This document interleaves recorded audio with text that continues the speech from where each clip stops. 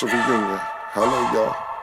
I was selling crack on a private jet up in the hell and back. But no confusion, this a reunion. Hello, y'all. Welcome back. Get murder here. He counting money. He said, "Can man, the hell with rap. I'm only here to shit on niggas and piss on bitches. Welcome, ass. I bought jewelry and bikes, nigga.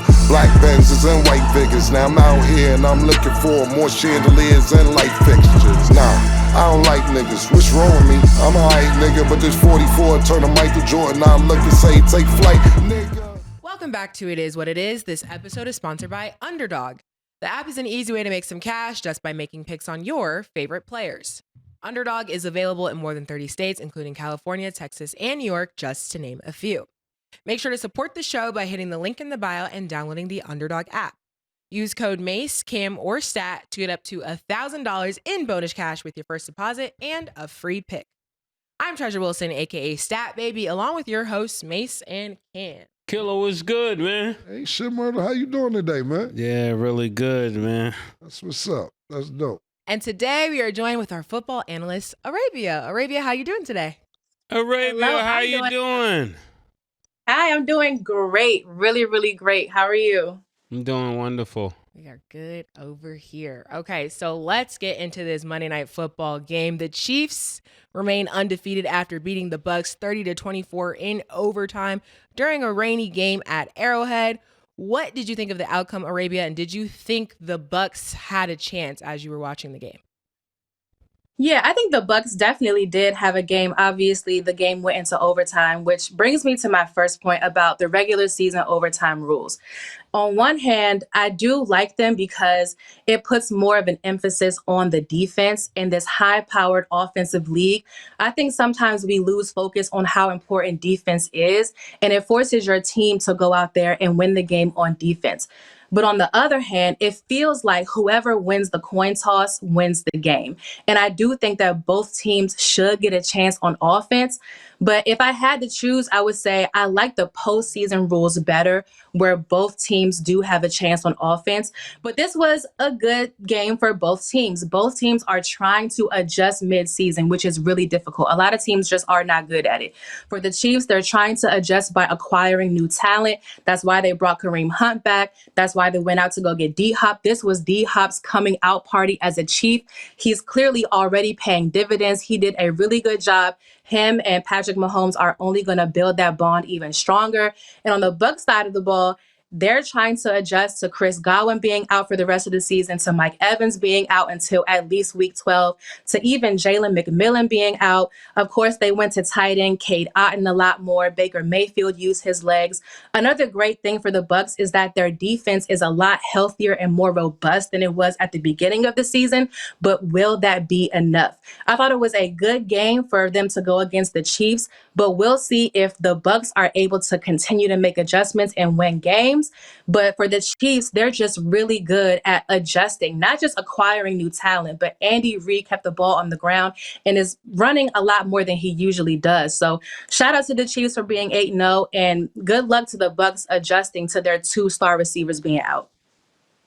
Wow, what a great take. When you think about our team, when you think about TITLETOWN, I want to keep this in perspective. I was ready to say we're ready to three-peat with 8-0, being that, the mighty Lions are 7-1.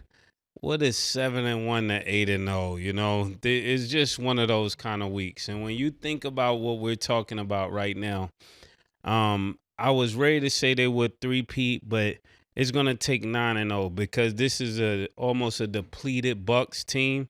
So I'm looking forward to our next game of being 9-0. But what I would say is this. Right away, great players make great plays. You look at Hunt taking two yards and forcing his way, paws into the end zone.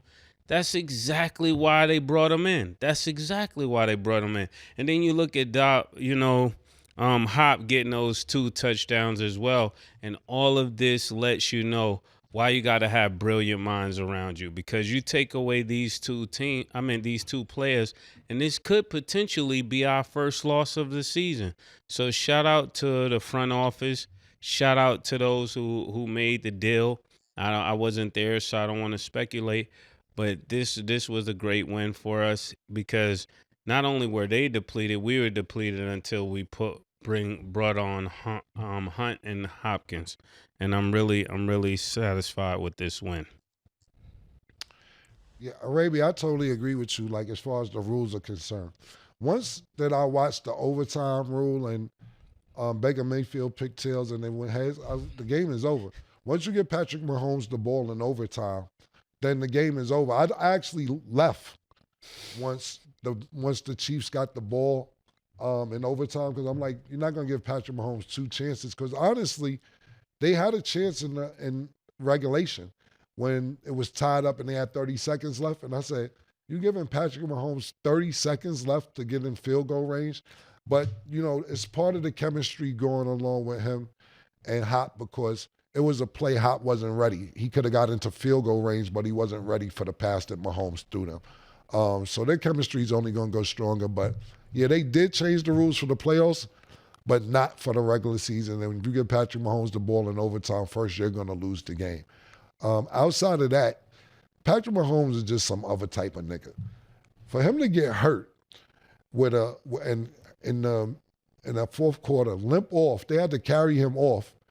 And I didn't even know fucking Carson Wentz was the backup fucking quarterback for the Chiefs. I was like, where the fuck Carson Wentz been? Because Carson Wentz was one of them niggas at one time. He was that nigga in Philly. Then, he went to Indiana and Indianapolis. His career didn't really pan out. And I just thought the nigga wandered off in the thin air, had a decent career. He's the fucking backup for the Kansas City Chiefs. And he was getting warmed up to play. And Patrick Mahomes, they had to carry him, not carry him off the field, but when you got your arms. And this nigga said, nah, we good. 50-some seconds, maybe a minute and some change, they got the ball back. This nigga was back on the field playing. So he's like Superman. I give Patrick Mahomes a lot of fucking credit. Tough, durable, doesn't want to take a playoff. He didn't take a playoff. So, yeah, but also for Tampa Bay, I thought this was a really good game for Tampa Bay considering that, like you said, Arabia, the main weapons are gone, and then Sterling Shepard towards the end of the game made some tremendous passes. Aden made some good plays, but it took them a while to get into that rhythm. They didn't get into that rhythm until the fourth quarter. And I think Baker Mayfield really matured. They played in rough conditions. It was rained the majority of the fourth quarter. So I do want to give Baker Mayfield a lot of credit because at the end of the day, he led that drive with like less than 2 minutes to tie the game to make it go into overtime. And without your main weapons, that was pretty tough to do. So shout out to Baker Mayfield. It's going to be a long road for Tampa Bay without their main weapons, but I do want to say they showed a lot of heart last night. Yeah, all great takes, and you guys explained everything perfectly. This was actually a really good game to watch, but even down to what you were saying with 30 seconds left, I don't know why they took the timeout because they could have let the clock run out or done the 2-point conversion, and they didn't do either. So the loss is on Tampa Bay, but they had all the tools there to win. And like you said, Patrick Mahomes is different. We've seen that. Yeah, He's added to that resume even more. So absolutely, because even when they didn't take the 2-point conversion, even if they would have, I was thinking to myself, like you said, why take the timeout? Not only just take the timeout, you give Patrick Mahomes 30 seconds, this could be dangerous. Luckily, they still end up losing, but I'm like, 30 seconds for Patrick Mahomes in the regular season, in regulation, is dangerous. And then they was doing math. You start on the 25-yard line, and they only had to get to the 45-yard line of Tampa Bay because their punter has a big leg, pause, on the pause clause. You know what I'm saying? But he kicked 62-yard field goals. So for him to kick a 62-yard field goal, they only had to get to the 45-yard line of the other team. And I'm like, Patrick Mahomes is going to get to the 45-yard line. Like I said, him and Hop was off for the chemistry is going to grow, but you could see that he wasn't ready for a pass.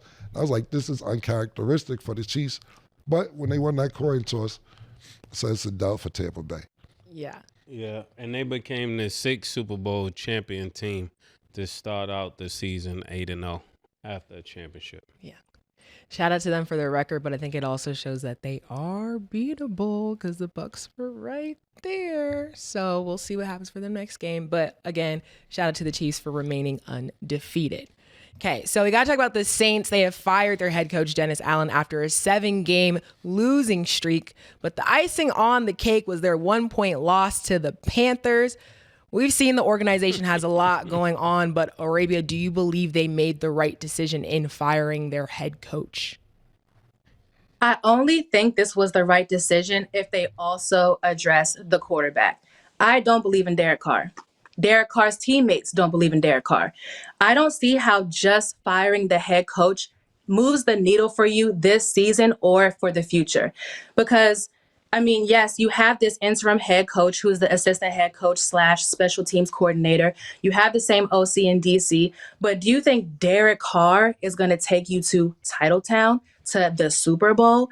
I don't see it happening. Well, Derek Carr's situation with his contract, he has a 4-year, $150 million contract, $60 million guaranteed.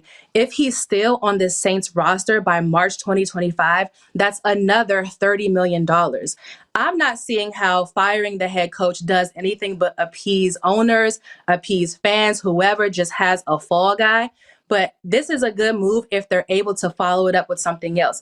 Because what is your goal this season? Do you want to win games? If so, where does that put you in the draft? Some kind of middle weird situation? Are you going to get a quarterback, or are you going to build around Derek Carr? I'm just interested to see what additional moves they make either in season or in the postseason to follow up with this head coaching firing, because I don't think just firing Dennis Allen is enough. Yeah, his closing remarks were crazy to me. It was one thing for him to get fired. There's another thing how he went out. Let's read something he said. He said, this organization will always be near and dear to my heart, and I am disappointed the results weren't better. You got to come up with something better than this going 0-4. I mean, this is like one of those bland apologies, and this is one of those cities that are gung-ho about their football. They can't afford for you to give these lame apologies when you're playing so poorly. And this is what happens also when you cover a bad quarterback. You have to have the right quarterback in there. So I look back to people like Sean Payton and his conversation with Russell Wilson. This is why I got to put some respect on Sean Payton's name, because these quarterbacks will get you fired in this league if you let them stay around too long. What would you say to what's going on, Killer? I don't really care. The Saints, they start off 2-0, and they've been shit ever since. I ain't really been keeping up with them niggas. Derek Carr got hurt. They wasn't winning when he wasn't playing. So it wasn't like they was winning when he is playing. So if you want to blame Derek Carr, cool. But at the same time, you're letting the North Carolina Panthers score points on y'all niggas. Derek Carr can't play defense. If you letting Bryce Young come in and do what he not saying, he had a 800-yard game. But Derek Carr don't play defense. I think since that nigga put them tweets out, it's a Derek Carr assassination party. And Arabia is part of it. And I'm just thinking, you know what I'm saying? And I'm not saying Derek Carr is one of them niggas like that. But since what's the nigga, Mike T, dissed the nigga yesterday on the tweets and all that. Mm-hmm. Everybody been dissing this nigga ever since. I'm not saying I'm a Derek Carr fan, but go ahead and try and find a great quarterback. It's not easy to find great quarterbacks in the NFL. It's very much not easy. Do you know the quarterback's name stat for the Raiders out here? Gardner Minshew. Is he good? He's all right. Who would you rather have? Derek Carr. All right. That's what I'm trying to tell you. It's not easy out here. And I'm not saying that it isn't 10, 15 quarterbacks better than Derek Carr. But you got to find a scapegoat when you lose to the North Carolina Panthers. I don't know much about this. Coach Arabia just schooled me a lot about what he did behind the scenes and special teams and all. I don't give a fuck. Saints, they disappointed niggas after they started losing because you thought they would win the division at least. But they're having a disappointing season. Did they have to fire him after 2-7? Would it matter that 2-8 Arabia?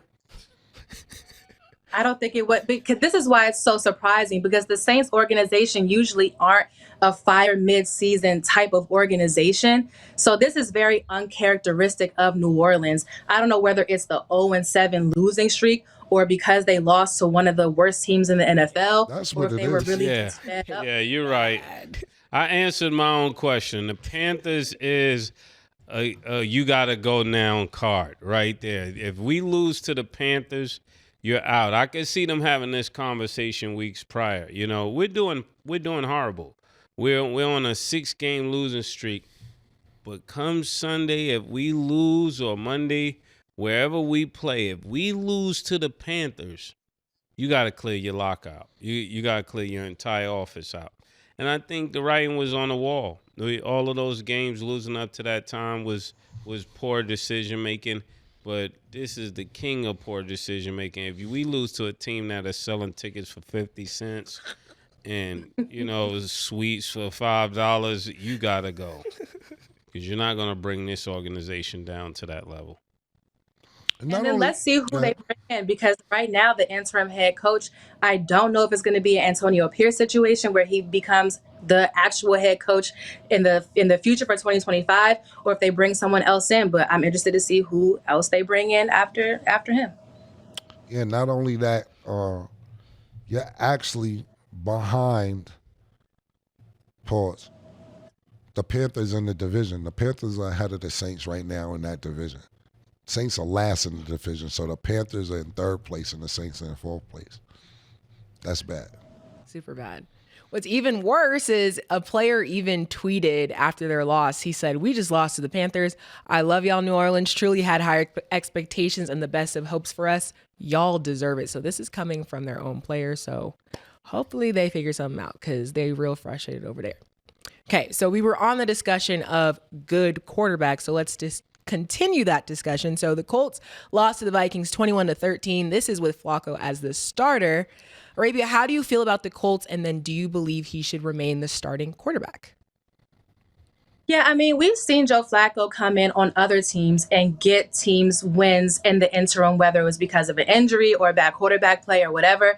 But we've seen in other points of the season, Joe Flacco come in and the offense kind of runs a lot smoother. I don't think they should go from one quarterback to another week to week. Just see what Joe Flacco does. I don't think he's like a starting QB1 for the future, but just see how he operates and just go from there. But what I will say is that defensively, they have some really, really good pieces. We'll see if the offense will connect, because if so, they could be better. But that offense in general just isn't clicking, it looks like, with Joe Flacco or with AR. But I would go for Joe Flacco for at least a little bit longer, because he has proven himself at least as a QB2. Oh, man, I hate to say this, but it's looking like for my fellow Joe Flacco that he ran out of gas, when you're cheering for somebody and you're like, oh, man, he jumped off the bench. Now it's like this year. They're ready for you, Flacco. It's time to go, And I think realistically, he won't have but probably like 3 or 4 more games. I think it was a great surprise last year. But this year is the difference between teams preparing for you versus you being a surprise out of nowhere. And I think that's all it is. I don't think his skills have diminished. I don't think his speed is any slower. I don't think Father Time has caught up with him. I just think people are more prepared. And they're like, no, you're not doing what you did last year right now. I think that this game was pretty close. It wasn't like it was a runaway. It was close the whole game. I actually watched this game. Joe Flacco made a couple mistakes. He actually didn't play bad. I think the play calling was more bad than his quarterbacking. And they made a couple bad decisions, which actually cost them the game. Sam Darnold, he had a pretty good game coming back as well. But it wasn't like Indianapolis got smacked. This was a close game throughout the whole game, and Joe Flacco played decent. He had 1 interception, no touchdowns, but when you're running the ball consistently, when you're trying to throw 5-6 yards, when you're trying to throw it into double coverage, and it's part of the play calling. I don't think that it was Joe Flacco's fault that they lost this game. But to Mace's point, I don't think it's nothing but sometimes people look at your age and say that it's over, like Mace just did. We have somebody up here, Jamal Crawford. His last game in the NBA, he had 39 points, and nobody called him next year because it's almost like a death sentence when you turn 40 that you're not supposed to be able to do this anymore. You're not supposed to be able to do that anymore. And you get a few people like the Tom Brady's or the LeBrons or maybe the Aaron Rodgers that, oh, they beat the test of time, this, that, and the third. We got to stop doing that because somebody's age, you're not supposed to be as good as you are because you turned a certain age. If you're still doing what you're supposed to do on the court, on the football field or baseball or soccer or anything else, then you got to stop doing that. There's no reason that Jamal Crawford had 39 points and averaged probably 24 points that season. Nobody picks him up. But that's what's going on to me with Joe Flacco. You're going to look for an excuse week to week for a reason to say, hey, let's bring Richardson back. I'll tell you one thing, Joe Flacco wasn't tired. The nigga was ready to play all 4 quarters. He ready to play again next week. But I do agree with Arabia. It doesn't help with continuity when you keep changing the quarterback week to week to week. It isn't like basketball when you can say, okay, this is my starting 5. I'm going to switch the starting lineup this week and change it to something tomorrow or the day after. You have to have reps throughout the week with the quarterback who's going to be the starting quarterback. And if you're going to have these reps with Joe Flacco this week and then Richardson next week, then Joe Flacco the week after, it's not going to work. I believe they should stick with Flacco for a while and see how it goes. And if it doesn't work, yes, they're going to eventually bring Richardson back, but I'm pretty sure they're not pleased with the nigga saying that he tired. All great points. Yeah. I don't think they're in a horrible position because they are in second place. But like I said, I think teams are just more prepared for him. I'm not saying his age. I'm saying it's just people are way more prepared for him. And it's a difference when you're playing off the bench versus QB1 when everybody is consistently thinking about a way to defend you, thinking about a way to put the secondary to make sure that you don't get those plays you normally get when you were coming in as a surprise. It's not a surprise. Okay.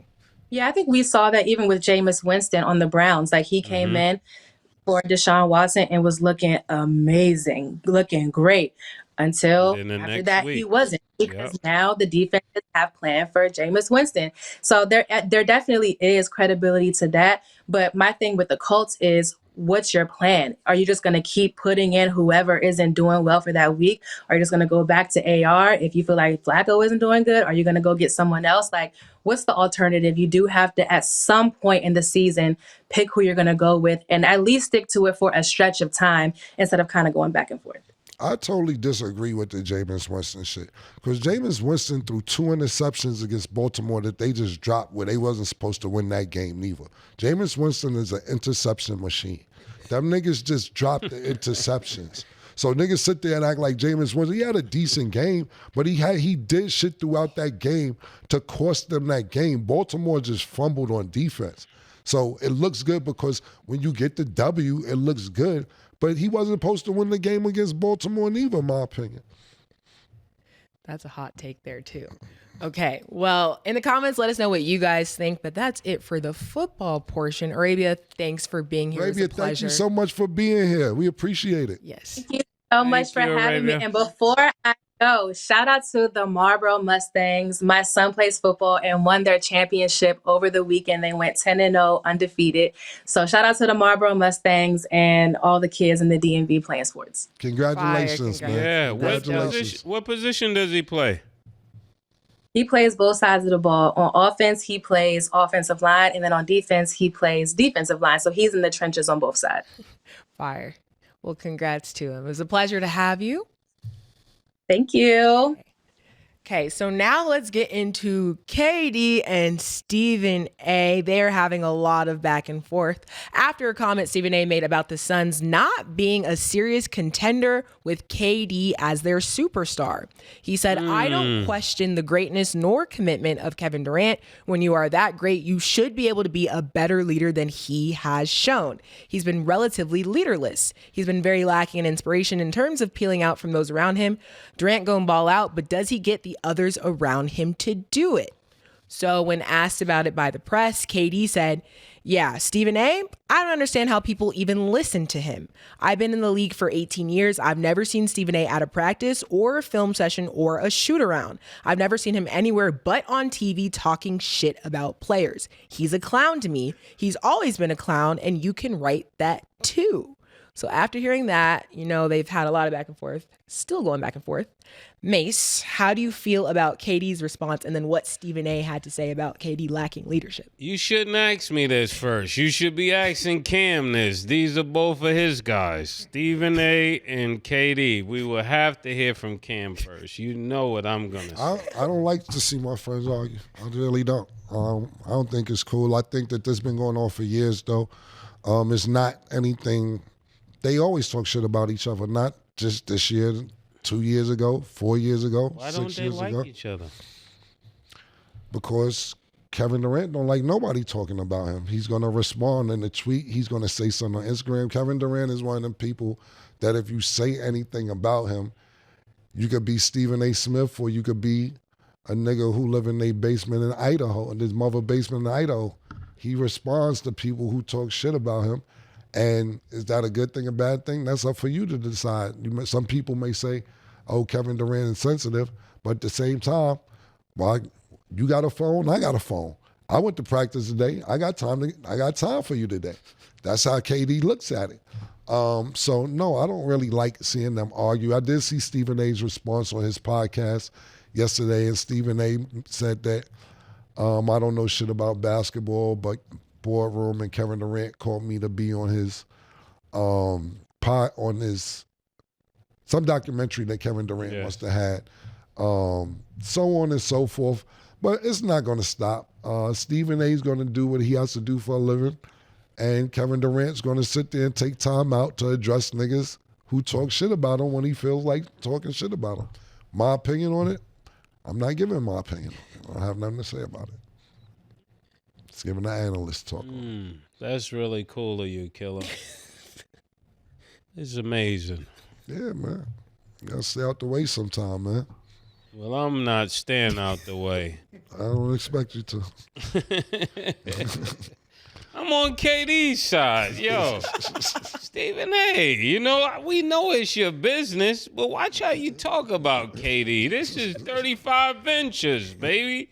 Come on, this is Rich climbing. Come on. Cut the guy some slack. This is Goodfellas. You don't talk this way about KD, one of the greatest they've ever laced them up. You put respect on LeBron's name.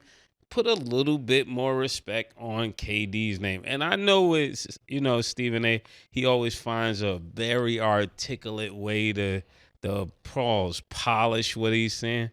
But you got to talk better about KD, man.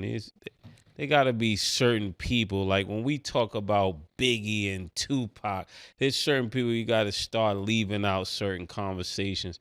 And KD is one of those people, man. He's done too much to be talked about in that way, And I know you're trying to keep it, a certain way where, how people talk and they say, well, I'm keeping the same energy for everybody. But I don't think he keeps it the same for everybody. I don't think nobody other than me keeps it the same for everybody. I think everybody have people they let slide. And I think if you're going to be that way about everybody. That's my take. And you know what? But I think Stephen A. is a phenomenal analyst, done great things for ESPN, but that one thing over here doesn't make it right over there. I'm not trying to throw myself in the conversation, so don't at me and don't even respond to me because I'm not important, I'm just giving my take since Cam didn't give his take. I gave my Look take. at it That's like just my that, opinion. Hey, man, I get what you're saying, and I respect what you're saying. I'm like that most of the time with people I'm not cool with. But what you got to realize is this. You never know when you're in this business, because I've been blackballed several times in certain things, when you have to talk to certain people. 9 times out of 10, I don't give a fuck. So you're basically saying you're going to say what you know is untrue just so you can have... I didn't say one word that isn't untrue. I didn't say one word that isn't untrue. I gave my opinion. What lie did I tell? Okay. I didn't tell you a lie. All right. All right, let me think of another way to say it. To hold back from my vantage point, how my ears work, to hold back the truth is a lie. I don't think so. No, I didn't say you did. Like he said, I proceeded with the way my ears work. Yeah. The way my ears work is if you know the truth and you don't tell the truth, then that's being deceptive by not telling the truth because you know the truth. It's one thing if you don't know the truth. It's another thing if you know the truth and you're withholding the truth, you know? What part? No, I was just speaking to what she was saying. No, but you saying withholding the truth. I was trying to figure out what part of withholding the truth did I. No, I'm not saying okay, you. just, I'm just in general. Okay. Yeah, I was just telling her how my ears work. Oh, okay. Yeah. Yeah. Well, okay, I'm going to give my perspective. I agree with your take actually 100% because Which part?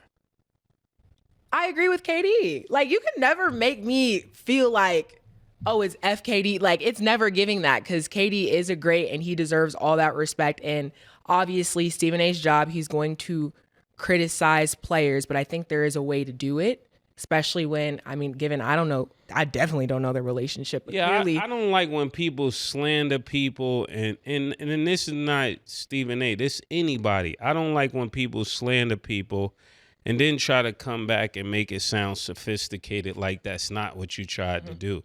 You know, like when and I would use this example from what he said when he made statements like everything that happened in Brooklyn and they didn't want Kyrie in it. And to reveal all of this is not helpful. You know what I'm saying? And then when you have the person on your couch try to make it seem like you weren't trying to do that, that's what I have a problem with. I don't have a problem with you making a statement.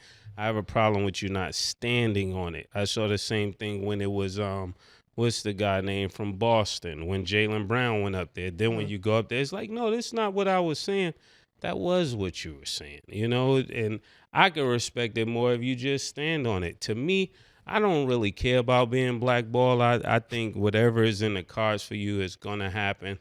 I don't think no man has that power to stop what God has for you unless you believe it. And I don't believe that.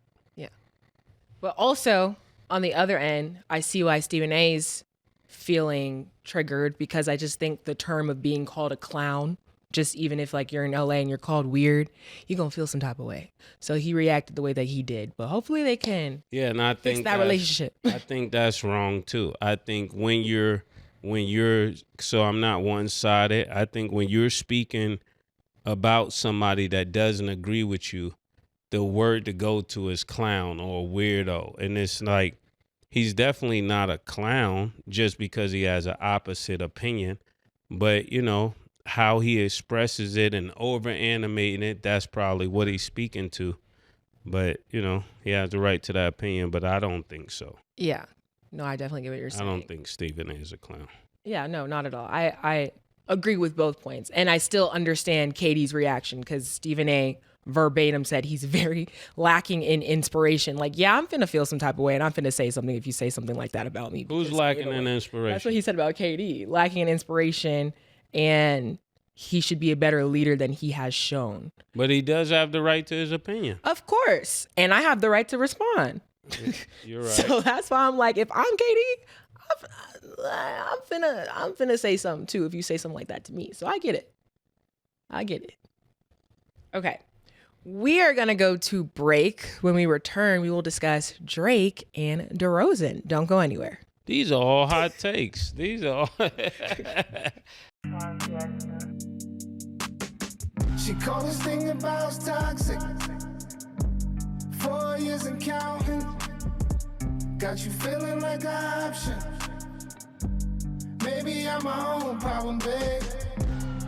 She tired of hearing I don't know. My stubborn in me won't fall. Dealing with this thing called trust. But she really thinking about she wanna be free. Welcome back. Now let's get into our underdog picks of the day. On Thursday, the Ravens will play the Bengals. Underdog has Joe Burrow at 263.5 passing yards. Mase, do you have him higher or lower?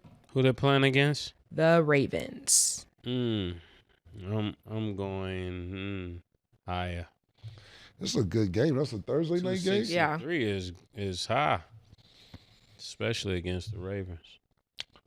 Ravens defense been slacking. I see Joe going for 3. I don't know if they gonna win, but I'm gonna go higher.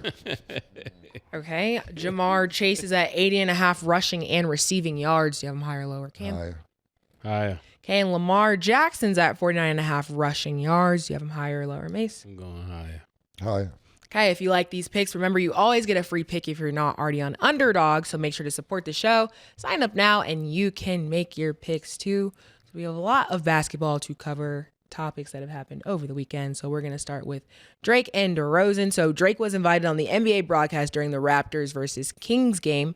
Vince Carter was getting his jersey retired that night, but Drake chimed in on the broadcast and said, if you ever put a DeRozan banner up, I'll go up there and pull it down myself. He was also caught in multiple clips staring down DeRozan when he was sitting courtside while he was playing.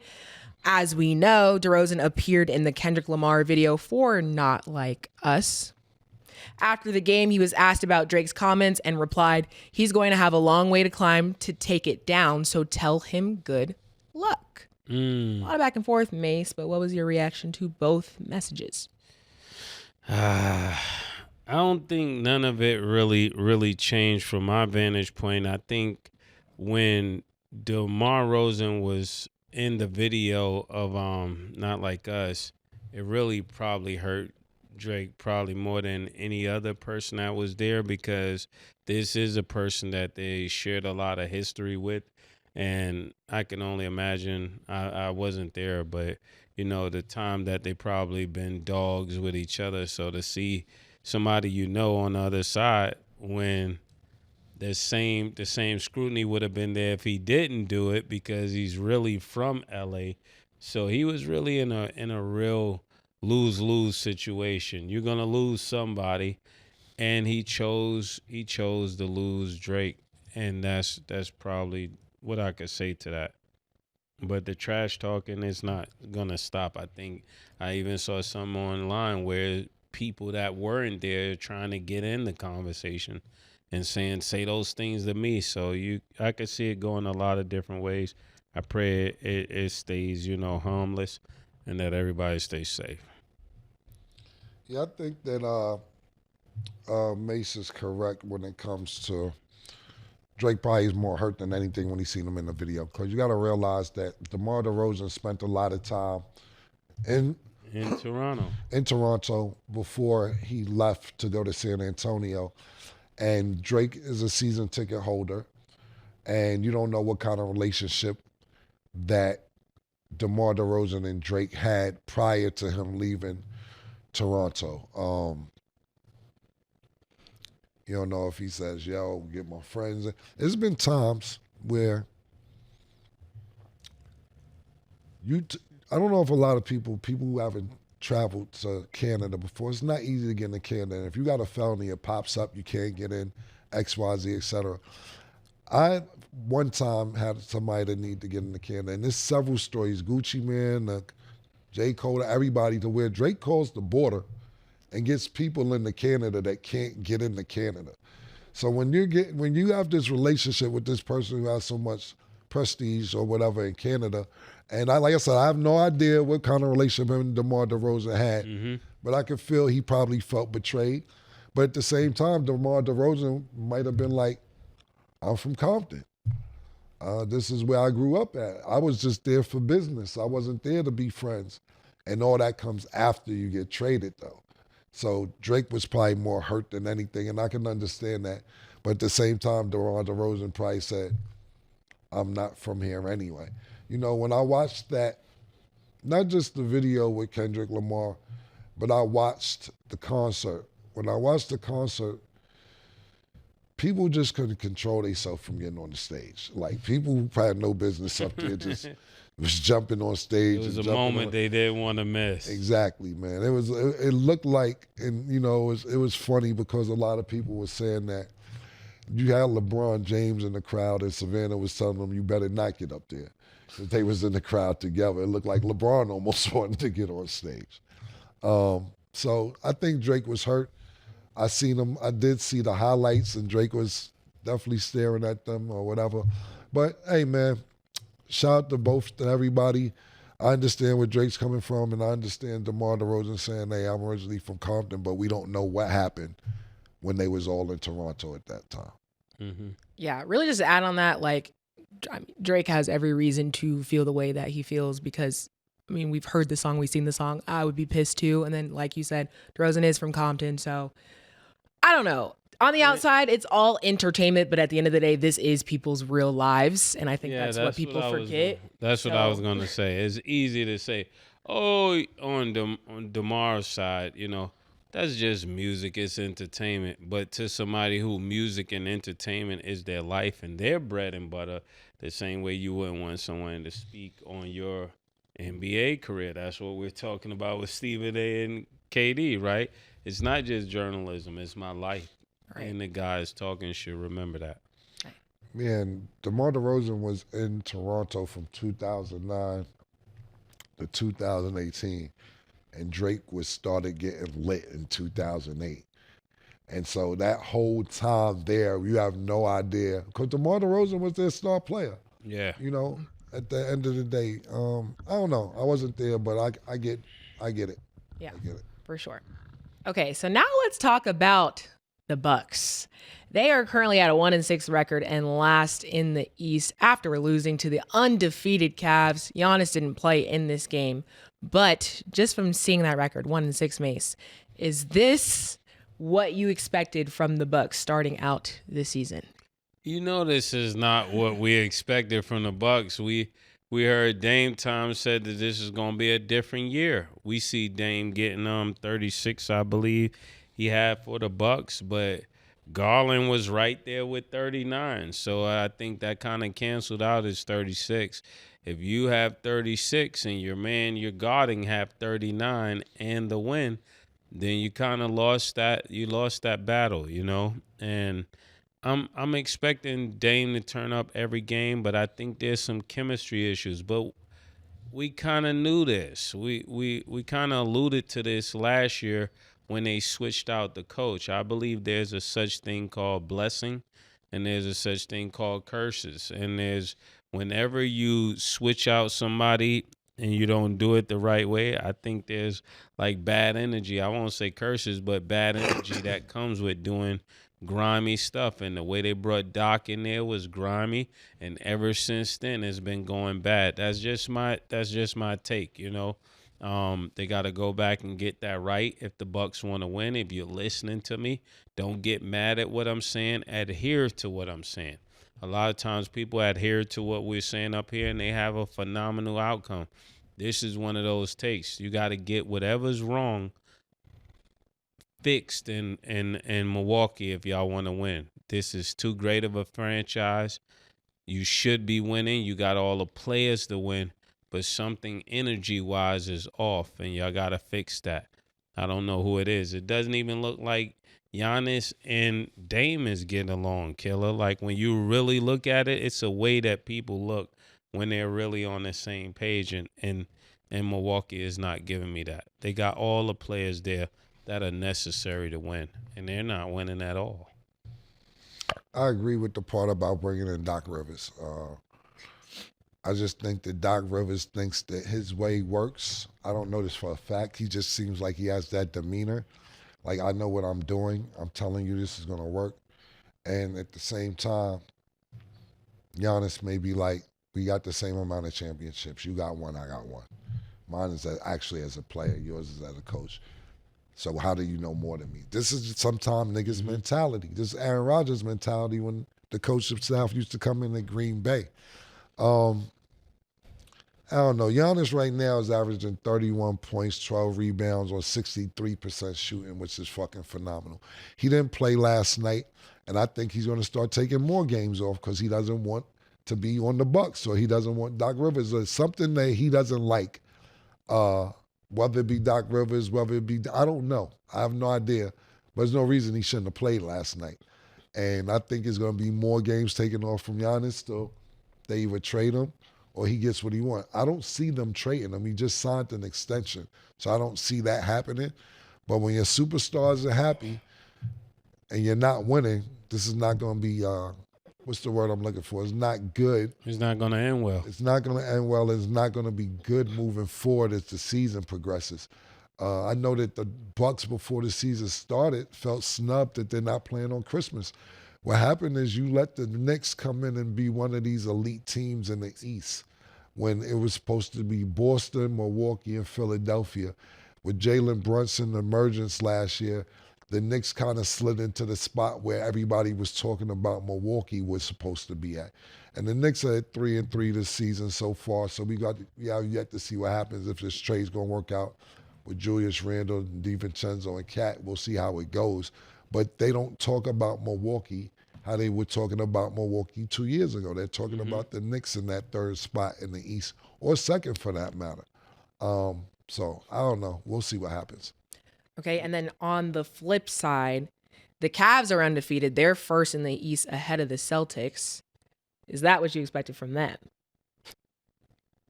No, actually I didn't.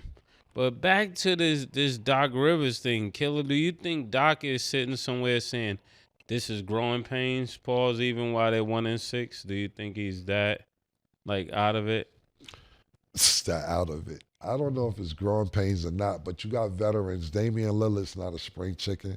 Giannis is maybe about 28, 29, if not 30. These aren't rookies that you say this is growing pains for. Damian Lillard is a playoff killer. Giannis is a league MVP. Giannis is an NBA champion. This isn't one of them situations where you be like, we got to go through this, right, to get to where we need to go and all that. Yeah. They went through that already. Now, if these were younger players, I would say absolutely. But everybody on that team is veterans. You have Chris Middleton. He's an NBA champion. Bobby Portis is a veteran player. I don't know, Lopez still on the team? Yep. These are veteran players. These aren't players that's brand new to the NBA. Everybody's been around. You have a championship veteran coach who's coached multiple Hall of Fame players. Sometimes it's just chemistry. Sometimes it's what we was talking about, not communicating with your players and learning how to deal with players. It's a lot that we can speculate on, but no, I wouldn't say growing pains because I wouldn't want to hear it. Yeah. You know what I mean?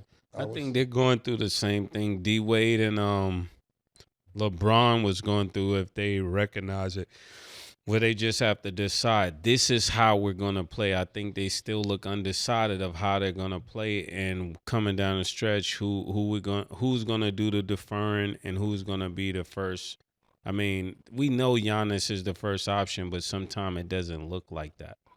And that causes confusion. You got to know who's driving the ship.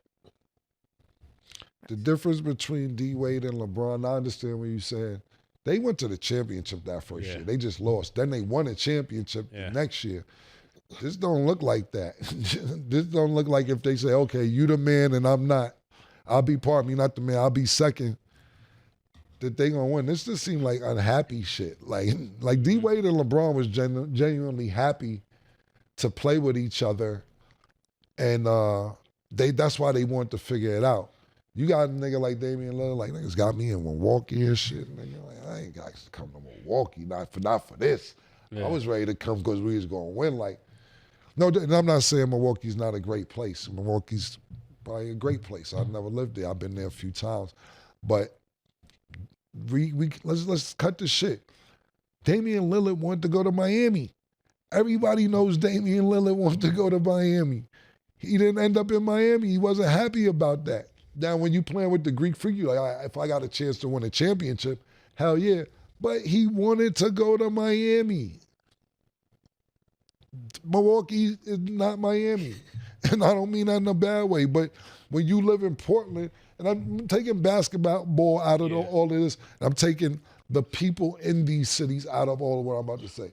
When you live in Portland, the majority of the year because you play basketball, it's raining, it's cloudy, it's heroin for legally. Like, it's all type of shit in Portland where you like, Like, you know, I think Portland's second on the suicide shit after Seattle because it rains all day. I don't want to give the wrong statistic, but I know Seattle was number one in suicides because people are just depressed because it's raining. And I'm not saying this is right. I'm just giving you statistics that I know. Portland, I believe, was second and third. Now you leave Portland to go to freezing. Because yeah, you're the saying snow is up to your knees. Yeah, because you're trying, but you say, you know what? And you wanted to go to Miami. Yeah, but I wanted to go to Miami to get away from the clouds and shit. But you know what? I'm going to play with an NBA champion. I'm going to play with a league MVP. I'm going to play to win another championship. Look, who's in our way in the East? The Sixers? Boston, maybe? Nah, we got them niggas. And then it's not working out. Now you just sitting there talking about, I really didn't want to be here anyway. I was trying to go to Miami. And the reason why Damian Lillard never really talked about it out loud about Miami, because he didn't want to shit on Portland when he was in Portland. And he was saying he didn't want to, you know, Portland been good to Damian Lillard. They got a nigga probably $500 million, if not more. So he doesn't want to shit on them, but he's not winning there. And when C.J. McCullough leaves, and you got Simons on the way up, and then they drafted that kid. The point guard, Scooter. Yeah, Scooter. You like, this may be my out for Miami. You know what I'm saying? But it That he was going to be South Beach Dame. Yeah, but it didn't work out. Still would have liked to see that, but you know, it's okay. And then real quick, the Cavs, so they are undefeated. As far as the Cavs is concerned, look, we seen it. And I'm not saying that they're going to make a run. Before we get to the Cavs, I'm really hurt that Banchero got hurt as well. He was doing really well. He had 50 points the other night. Now he's out 4 to 6 weeks. So we got to start. We got these teams that we like, or not necessarily like, that we're aware of, like when we say Boston, or we say New York, or we say Philly, or we say Milwaukee. But people are making their moves. Orlando's one of those teams that looked like they were going to do something. Not saying that they not a good thing Banchero's not out that long, but it will affect Orlando. He just came off a 50-piece. But as far as Cleveland's concerned, what this is saying to me is that, look, Donovan Mitchell told niggas, get rid of the coach and give me my money and watch what I do. That's all it says to me. That's what the Eagles get rid of him. His word. Yeah, get rid of that nigga, pay me my money, and watch what happens. And that's what I think is going on right now. Now, will that translate to the Cavaliers being in the championship or Eastern Conference Final? I don't know. We have yet to see. But we sit there because Donovan Mitchell is in Cleveland, forget the potential of Donovan Mitchell. Donovan Mitchell was one of them niggas, man. He's nice. He's one of them niggas the Knicks wanted, but because Jalen Brunson did so well last year, they like, okay, we cool on Donovan Mitchell. Donovan Mitchell made me feel like, word, that's how y'all feeling? Niggas is cool on me. Back, I'm cool on you. And that's what we're seeing so far from the Cleveland Cavaliers. Don't worry about us. Be quiet, because nobody's thinking about Cleveland when the season started. You know, you're sitting there and say, of course we're talking about Oklahoma City. They're the only other undefeated team in the league as well. But let's look at Golden State. They're 6-1. Let's look at what I told y'all about earlier in the season. I know, like I said, I kept my opinion to myself. I told you I got a message from a small little birdie that Katie don't like the way niggas been talking about them last year. They're 6-1. Niggas is going to bust moves this year, and the people that we're picking, not us just, you know, as Vegas or NBA aficionados, et cetera, saying, these are teams to watch out for. Niggas is like, bet. And we'll see as the season goes on. And I like that. I like the attitude in the players that, hey, bro, just because you say it don't make it true. Right. Absolutely. I got something to say about it too, and I really like that. And the Cavs, they're 8-0. This is the first time since 1976, so we want to put that out there as well. Doing a little historian work these days. Yeah, shout out to the Cavs. I think we still expected the Celtics to be in that spot, but then we saw them lose to the Pacers, which was a little unexpected in overtime. So, well, listen, let's be totally honest. A lot of teams don't go 8-0. Yeah. You could be the best team and you don't start 8, 9, 10-0. Nice. You got for few occasions the Bulls in '95 or some crazy shit. Golden State. Look, teams are gonna lose. The Lakers started off 3-4-0. And they lost 3 games. It's the NBA. You play 82 games. This isn't football when it's 16 weeks or 17 weeks, 18 weeks, 17 games. This is 82 games. Basketball starts in October and it ends in June. You're going to lose. Mm-hmm. You know what I'm saying? It's about maintaining the victory so you have a better spot in the playoffs, but nobody's going undefeated. It doesn't work that way. Okay, and then the last topic before we wrap, because we didn't get to discuss it last week. So in the Timberwolves versus Nuggets game a couple days ago, Rudy Gobert tried to fight Christian Brown after being dunked on. Then Westbrook ran in and tried to swing as well. So after seeing that clip and just the scuffle between the two, what did you think of Gobert's reaction? I really was upset with Gobert response.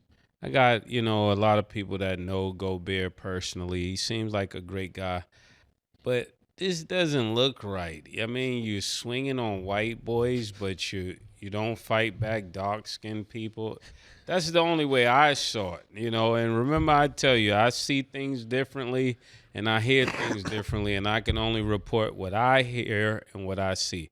I see you fighting a short white boy, but then a dark-skinned guy from Lansing, Michigan, put his arms around your throat, and you had no response for that. So is dunking on you worse than choking you out at half court? Pause is the question, because you didn't have this energy for Draymond, but you're doing this to white boys. I don't like that for you, Gobert. Ain't that how the kids say it these days? I don't like that for you. Very much. I do not like that for you. And I mean, he dunked on you after. I know you was kind of mad, but you didn't have to do that. Hey, and Cam? Yeah, it's the same thing. He dunked on him pretty bad, too. And Brown kind of like went in his face. He didn't go in his face, but he walked in his direction. You know when you walk somebody's direction, but you try to look over there? Yeah. But so from the angle, it looked like, I'm not looking at you, but you walked in his direction. I'm not saying that what Rudy Gobert did was right. He should have just pushed him out of the way. No, but I'm just agreeing, like, just how that. So the real question is this. This is the real question for Rudy Gobert, and I don't have the answer. Is that getting dunked on is worse than getting choked out? Because when a nigga choked you out, you didn't want to do anything. But when a nigga dunk on you, you want to do something. So obviously to him, getting dunked on is worse than a nigga choking you. He may be upset with how excited he was, but anytime you dunk on a 7-foot center and you're a guard or a wingman, you're supposed to have some kind of emotion or passion. And he was really hyped because he dunked on him. And it was a crazy dunk, too. It wasn't like you got there late dunk. It was you could have done something if you wanted to. Yeah. And then after Christian did it, that's what was funny, because he went up in his face like, yeah, but he looked too scared to look him directly in the eye, so he had to try to play it off a little bit. Hey, I would feel the same way if I could dunk, but the way Gobert responded, it's a little bit silly. And that's probably why he choked him, because he saw he really didn't want the smoke. You don't want no smoke. Yeah, he looking other way. You ain't doing nothing. Yeah, he's like, word. And that's when Westbrook came in. He was like, you ain't about to do that to my teammate. That's how it looked. Hey, made sense to me. With that being said, that is all the time that we have for today. Thanks for watching. And as always, it is what it is.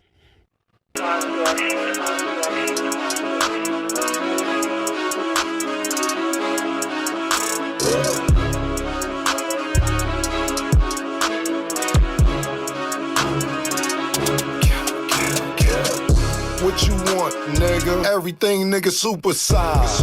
Two big necks, like when they doing them 2 for $5.